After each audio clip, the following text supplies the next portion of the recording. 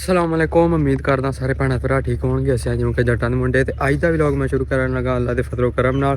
तां अज ही बड़ा एक ना मतलब अलहदा व्लॉग होने वाला वा, क्योंकि अज मैं आपदे मतलब मामू जान घरे आया होया वां ते गाँव दे विच तुसीं लोकेशन चेक कर ही सकदे, सारी आ देख सकदे ते बकाया व्लॉग दे नाल एंड ताईं जुड़े रहना वा। ते तुहानूं मैं मतलब इत्थे माल ते बकरियां इन्हां दियां माशाअल्लाह वावा माल भी वावा तुहानूं सारा दिखाऊंगा ते टूअल शूअल ते नहाउण भी जाना ओह भी दिखाऊंगा।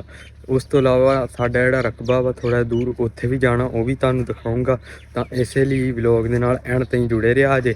ते चलो पहले मैं माल तो शुरू करदा।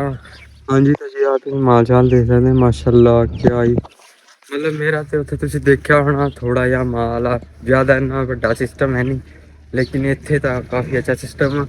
हुण मैं जा रहा थोड़ा जिहा उधर बकरियां वाली साइड से।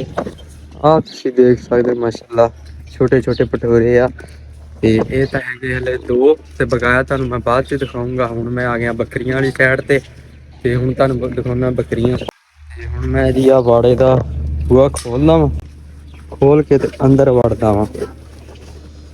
कुंडा ला लईए नहीं तां बकरियां सारियां बाहर निकल जानियां। ते आ हुण तुसीं देख सकदे माशाअल्लाह काफ़ी सारियां बकरियां रखियां होईयां वां।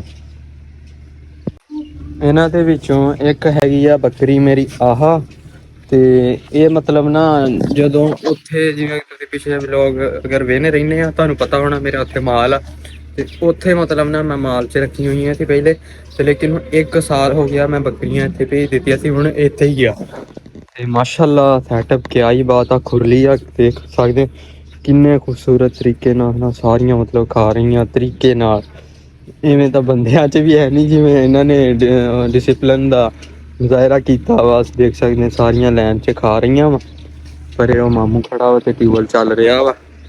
ते चलो फिर हुण बकरियां शकरियां तुहानूं मैं दिखातियां वा।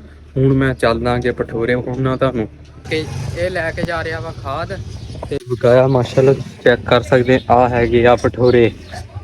माशाअल्लाह काफ़ी सारे आ मतलब ज़्यादा आ वावा। आ दो की होर भी लई आउंदे वा, आ दो हुण होर भी आए आ ते मतलब इत्थे ना बकरियां वाला माहौल मतलब खुल्ला वा, इन्हां दा माल डंगर।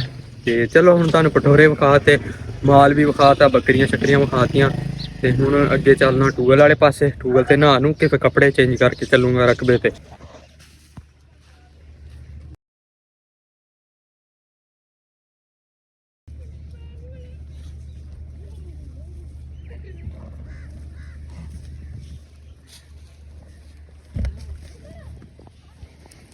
अरे हो